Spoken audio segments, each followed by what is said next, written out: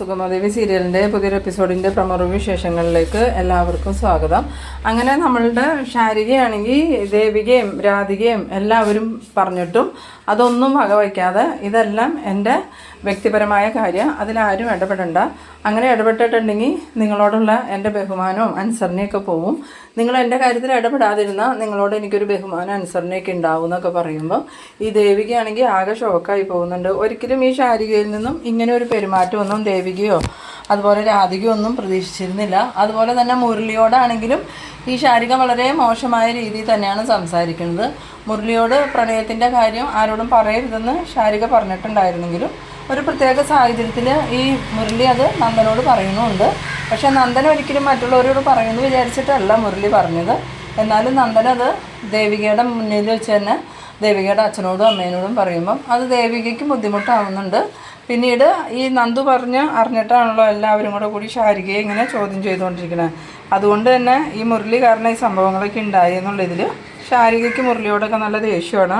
അത് ശാരിക മുരളീനോട് പറയുന്നുണ്ട്. പിന്നീട് ദേവികയും മുരളിയും സംസാരിക്കുന്ന സമയത്ത് മുരളി പറയുന്നുണ്ട്, ശാരിയുടെ കാര്യത്തിൽ ദേവികയുടെ ശ്രദ്ധ വേണം, അവൾക്ക് ഒന്നും അറിയില്ലാത്ത പ്രായം, അബദ്ധത്തിൽ ചെന്ന് ചാടിയാലോ.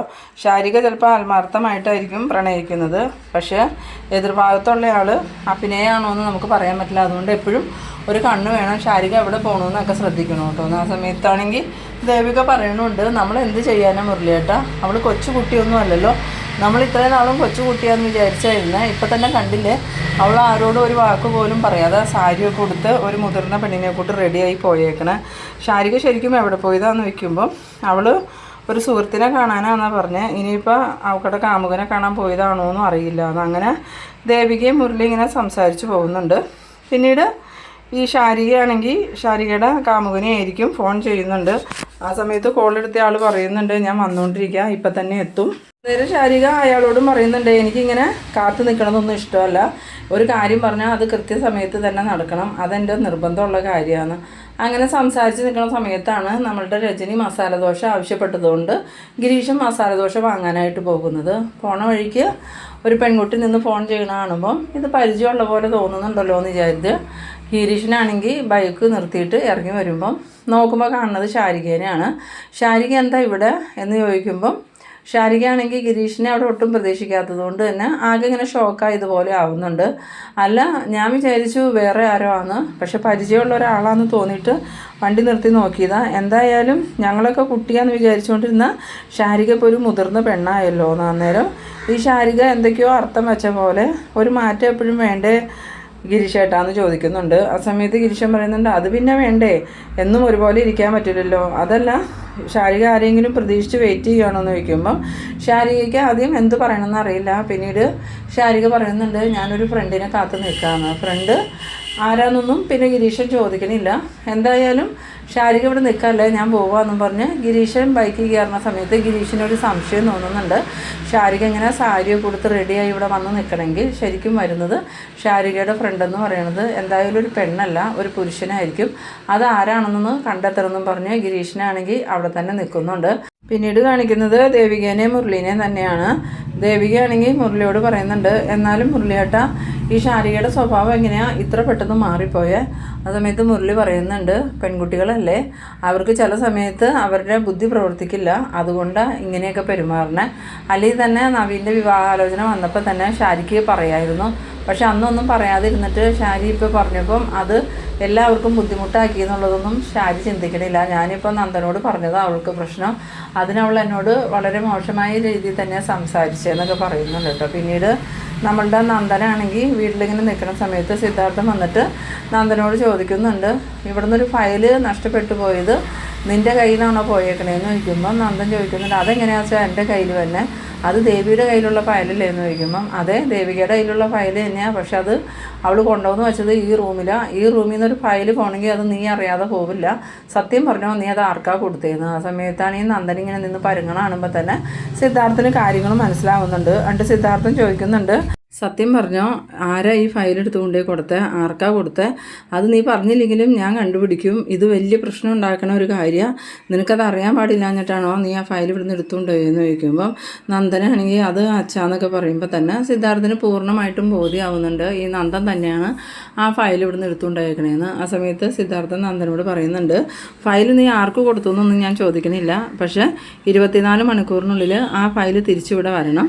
ഇല്ലെങ്കിൽ അത് മന്ത്രിസഭയെ തന്നെ ബാധിക്കണ കാര്യമാണ്. അതുമാത്രമല്ല, അങ്ങനെ ഒരു ഫയൽ ഈ വീട്ടിൽ നിന്ന് നഷ്ടപ്പെട്ട് കഴിഞ്ഞാൽ പിന്നെ ഞാൻ ജീവിച്ചിരിക്കണേ പോലും അർത്ഥമില്ല എന്ന്. അത് കേട്ടതും ഈ നന്ദനാണെങ്കിൽ ഇങ്ങനെ ആകെ വിഷമാവുന്നുണ്ട്. കാരണം ഇതുകൊണ്ട് ദേവികയ്ക്ക് പ്രശ്നമാവുമെന്ന് ഓർക്കുമ്പോൾ തന്നെ നന്ദന് ഭയങ്കര ബുദ്ധിമുട്ടാണ്. അതുപോലെ തന്നെ സിദ്ധാർത്ഥനും ഇത് നാണക്കേടാന്നുള്ളതൊക്കെ ഈ നന്ദനെ അറിയാം. പിന്നീട് പ്രഭാവതി വന്നിട്ട് നന്ദനോട് ചോദിക്കുന്നുണ്ട്, നന്ദ നീ ആ ഫയൽ ആർക്കാ കൊടുത്തതെന്ന് ചോദിക്കുമ്പം നന്ദൻ സിദ്ധാർത്ഥൻ കേൾക്കാതെ പ്രഭാവതിയോട് പറയുന്നുണ്ട്, അത് ഞാൻ ബെല്ലയ്ക്കാണ് കൊടുത്തതെന്ന്. ആ സമയം ഈ പ്രഭാവതി ആണെങ്കിൽ ആകെ ഷോക്കാവുന്നുണ്ട്. ഇനി എന്ത് ചെയ്യും നന്ദാന്ന് ചോദിക്കുമ്പോൾ എനിക്കൊന്നും അറിയില്ല അമ്മേ, അതിന് തിരിച്ചു ചോദിക്കാനും പറ്റില്ല.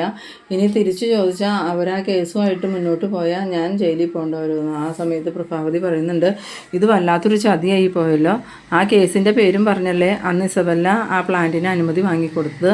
വീണ്ടും വീണ്ടും അവർ നമ്മളെ ബ്ലാക്ക് മെയിൽ ചെയ്യുമല്ലോ. ശരിക്കും ഈ ഇസബല്ലയുടെയും കെവിൻ്റെയൊക്കെ ലക്ഷ്യം എന്താണെന്ന് ചോദിക്കുമ്പോൾ നന്ദൻ പറയുന്നുണ്ട്, അവരങ്ങനെ കുഴപ്പക്കാരൊന്നും അല്ല അമ്മേ, അവരെന്നെ രക്ഷിക്കാൻ വേണ്ടി തന്നെയാണ് നോക്കണേന്ന് പറയുന്നത്. അന്നേരം പ്രഭാവതിക്ക് അത് അത്ര വിശ്വാസമാവണില്ല. ഈ നന്ദനെ പൊട്ടനാക്കി അവരെല്ലാ കാര്യങ്ങളും നടത്തിയെടുക്കാനാന്നുള്ള കാര്യമൊക്കെ ഈ പ്രഭാവതിക്ക് മനസ്സിലാവുന്നുണ്ടെങ്കിലും പക്ഷേ പ്രഭാവതിക്കാണെങ്കിൽ ഒന്നും ഇതിനെ എതിർത്ത് പറയാനും പറ്റില്ല. കാരണം ഋഷിയെ കൊന്ന കേസിൽ നന്ദൻ ജയിലിൽ പോകില്ലോ എന്ന് പേടിച്ചിട്ടാണ് ഈ പ്രഭാവതി ഇതിനെല്ലാം സപ്പോർട്ട് നിൽക്കണത്. ഇതേസമയം ഷാരിക ആരെ കാണാനാണ് നിൽക്കണേന്ന് അറിയാൻ വേണ്ടിയിട്ട് ഗിരീഷിനാണെങ്കിൽ കുറച്ച് അപ്പുറത്തേക്ക് ഇങ്ങനെ മാറി നിൽക്കുന്നുണ്ട്. ആ സമയത്ത് ഷാരികയുടെ മുന്നിലേക്ക് ഒരു കാറ് വന്ന് നിൽക്കുന്നതും ഷാരിക ആ കാറിൽ കയറി പോണതും ഗിരീഷൻ കാണുന്നുണ്ട്. പക്ഷേ ആ കാറ് ഓടിച്ചത് ആരാന്ന് ഗിരീഷിന് അത്ര ക്ലിയർ ആയിട്ട് മനസ്സിലാവണില്ല. എന്നാലും ഗിരീഷൻ ആ കാറിൻ്റെ നമ്പർ വേഗം തന്നെ നോട്ട് ചെയ്ത് വയ്ക്കുന്നുണ്ട്. ഇനിയിപ്പോൾ ഷാരിക പോയി എന്തെങ്കിലും കുഴപ്പത്തിൽ ചാടിയാലും അത് ആരുടെ കൂടെ പോയെന്ന് അറിയണമല്ലോ എന്നൊക്കെ ഇങ്ങനെ മനസ്സിൽ വിചാരിച്ചുകൊണ്ട് പിന്നീട് ഗിരീഷൻ സ്വല്പം നേരം അവിടെ നോക്കി നിന്നതിന് ശേഷം വണ്ടി എടുത്ത് പോകുന്നുണ്ട്.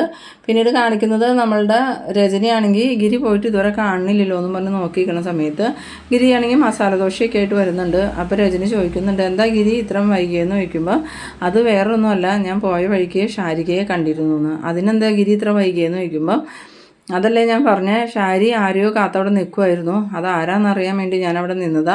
ഒന്നുമില്ലെങ്കിലും അവളൊരു പെൺകുട്ടിയല്ലേ, അപ്പോൾ അവളുടെ പോക്ക് എങ്ങോട്ടാന്ന് അറിയണമല്ലോ. എന്നിട്ട് ആരായിരുന്നു ഗിരി വന്നതെന്ന് ചോദിക്കുമ്പോൾ എന്തായാലും ഒരു ഫ്രണ്ടാന്നാണ് പറഞ്ഞത്, പക്ഷെ അതൊരു പെൺകുട്ടിയൊന്നുമല്ല, ഏതോ ഒരു പുരുഷനാ കാറിലാണ് വന്നേ. എന്നിട്ട് ഗിരി ആളെ കണ്ടില്ലേ എന്ന് ചോദിക്കുമ്പം ഇല്ല ഞാൻ കണ്ടില്ല, ഞാൻ കാണുന്നതിന് മുമ്പായിട്ട് തന്നെ കാറ് വിട്ടുപോയി. എന്തായാലും ആ കാറിൻ്റെ നമ്പർ ഞാൻ നോട്ട് ചെയ്ത് വെച്ചിട്ടുണ്ടെന്ന് പറയുമ്പോൾ രജനി ചോദിക്കുന്നുണ്ട് അതെന്തിനാന്ന്. അത് വേറൊന്നിനുമല്ല, ഇനിയിപ്പോൾ ഷാരിയയ്ക്ക് എന്തെങ്കിലും ഒരു ആപത്ത് സംഭവിച്ചാലും ആരുടെ കൂടിയാണ് പോയതെന്ന് നമ്മൾ അറിയണമല്ലോ. ഇപ്പോൾ പെൺകുട്ടികൾ പല പല അപകടങ്ങളിലല്ലേ ചെന്ന് പെടണേ, അതുകൊണ്ടാണ് ഞാൻ അങ്ങനെ ചെയ്തതെന്ന്. എന്തായാലും ഈ ഷാരികയുടെ സ്വഭാവം ഇപ്പം അത്ര ശരിയല്ല എന്ന് എനിക്ക് തോന്നണേ. ആ നവീനുമായിട്ടുള്ള കല്യാണം നിശ്ചയിച്ചതല്ലേ, എന്നിട്ട് അവൾ ആ കല്യാണത്തിൽ നിന്ന് പിന്മാറി. ഇപ്പം അവൾ പറയണു അവൾക്കൊരു പ്രണയം ഉണ്ടെന്ന്. പക്ഷേ ദേവികയും എല്ലാവരും മാറി മാറി ചോദിച്ചിട്ടും ആളാരാന്ന് അവൾ ഇതുവരെ പറഞ്ഞിട്ടില്ല എന്ന്. അപ്പോൾ ഗിരി പറയുന്നുണ്ട് ഇനിയിപ്പോൾ അവളുടെ ബോയ് ഫ്രണ്ട് എങ്ങാനും ആയിരിക്കും അവളെ കാറി കയറ്റി കൊണ്ടുപോയത്. എന്തായാലും വേറെ കുഴപ്പമൊന്നും ഇല്ലാതിരുന്നാൽ മതിയായിരുന്നു എന്ന്. പിന്നീട് കാണിക്കുന്നത് നമ്മളുടെ ദേവികേനെയാണ്. ദേവികയാണെങ്കിൽ വീട്ടിലോട്ട് വിളിച്ചിട്ട് രാധികയോട് ചോദിക്കുന്നുണ്ട്, അമ്മയെ ഷാരി വന്നോന്ന്. ആ സമയം രാധിക പറയുന്നുണ്ട്, ഇല്ല മോളെ, ഷാരി ഇതുവരെ വന്നിട്ടില്ല, അവൾ എവിടെ പോയതാന്ന് വലിയ പിടിയുണ്ടോ എന്ന് ചോദിക്കുമ്പം മോള് നിന്നപ്പോഴല്ലേ ഫ്രണ്ടിനെ കാണാൻ പോകാമെന്നും പറഞ്ഞാൽ അവൾ പോയത്. അതിനുശേഷം അവളെ വിളിച്ചിട്ട് അവൾ ഫോണും എടുത്തിട്ടില്ല, ഇതുവരെ വീട്ടിലേക്ക് എത്തിയിട്ടുമില്ല എന്ന്. അത് കേട്ടതും ദേവികയ്ക്ക് നല്ല ടെൻഷൻ ആവുന്നുണ്ട്. എന്നിട്ട് ദേവിക പറയുന്നുണ്ട്, ഇവളുടെ ഒരു കാര്യം പറഞ്ഞാൽ എവിടെയെങ്കിലും പോയാൽ ഒന്ന് വിളിച്ച് പറയുമെങ്കിലും ചെയ്യണ്ടേ. സമയത്ത് രാധിക പറയുന്നുണ്ട്, ഞാൻ അപ്പോഴേ നിന്നോട് പറഞ്ഞതല്ലേ അവളെ വിടരുതെന്ന്, അപ്പം നീയല്ലേ പറഞ്ഞേ അവൾ പോയിട്ട് വരട്ടേന്ന്. എന്നിട്ടിപ്പോൾ എങ്ങനെയുണ്ട്, ഇനിയിപ്പോൾ അവൾ അവൻ്റെ കൂടെ എങ്ങാനും പോയതായിരിക്കുമെന്ന്. അത് കേട്ടതും ദേവിക പറയുന്നുണ്ട്, അമ്മ എന്തൊക്കെയായി പറയണേ, അങ്ങനെയൊന്നും ഉണ്ടാവില്ല, ഷാരികനെ നമുക്ക് അറിയാൻ പാടില്ല എന്ന് ചോദിക്കുമ്പോൾ ഉവ്വ അവളെ നമുക്കറിയാം, അതുകൊണ്ടാണല്ലോ അവളിപ്പോൾ അവസാന നിമിഷം അവൾക്കൊരു കാമുകനുണ്ടെന്ന് പറഞ്ഞത്. എന്തായാലും ആ നവീനുമായിട്ടുള്ള വിവാഹത്തിൻ്റെ ഡേറ്റ് തീരുമാനിക്കാതിരുന്നത് നന്നായി. അങ്ങനെയാണെന്നെങ്കിൽ അതിനുശേഷം അവൾ ഇത് പറയുമ്പോൾ നമ്മളെല്ലാവരുടെയും മുമ്പിൽ നാണം കെട്ടേനേന്ന്. ആ സമയത്ത് ദേവിക പറയുന്നുണ്ട്, ഇനിയിപ്പോൾ നമ്മൾ എന്ത് ചെയ്യാനാ, എന്തായാലും നവീൻ്റെ ആലോചന മുടങ്ങിയല്ലോ, ഇനി അവൾ പറയണേ എപ്പോഴാന്ന് വെച്ചാൽ അന്നേരം നമുക്ക് അവളുടെ കാര്യത്തിൽ ഇടപെട്ടാൽ മതി, അതിനു മുമ്പ് അവളുടെ കാര്യത്തിൽ ഇടപെടരുതെന്നല്ലേ അവൾ നമ്മളോട് പറഞ്ഞേക്കണേന്ന്. ഈ സമയത്ത് മാധവൻ വന്നിട്ട് എന്താ രാധികയെന്ന് ചോദിക്കുമ്പം എന്ത് പറയാനാ മാധവേട്ട, ശാരിക വന്നു എന്നും ചോദിച്ച് ദേവിക വിളിച്ചതാണ്. ആ സമയത്ത് മാധവൻ പറയുന്നുണ്ട്, അല്ലെങ്കിലും ശരിയാലോ, ശാരികേനെ ഇതുവരെ കണ്ടില്ലല്ലോ, അവളിത് എവിടെ പോയി കാണുമെന്ന്. അത് കേട്ട് രാധികയാണെങ്കിൽ ഇങ്ങനെ ആകെ ഷോക്കായി നിൽക്കും പോലെ നിൽക്കണ ആ ഒരു സീനിലാണ് കേട്ടോ ഈ എപ്പിസോഡ് അവസാനിക്കുന്നത്. അപ്പോൾ നിങ്ങളെൻ്റെ വീഡിയോ ആദ്യമായി കാണുന്നവരാണെങ്കിൽ ചാനലൊന്ന് സബ്സ്ക്രൈബ് ചെയ്യാനും ഇഷ്ടമായാൽ ലൈക്ക് ചെയ്യാനും ഷെയർ ചെയ്യാനും മറക്കരുത്. അപ്പോൾ ഇതുപോലെ ഇൻട്രസ്റ്റിംഗ് ആയിട്ടുള്ള അടുത്തൊരു എപ്പിസോഡുമായി നമുക്ക് വീണ്ടും കാണാം. അതുവരേക്കും ബൈ ബൈ.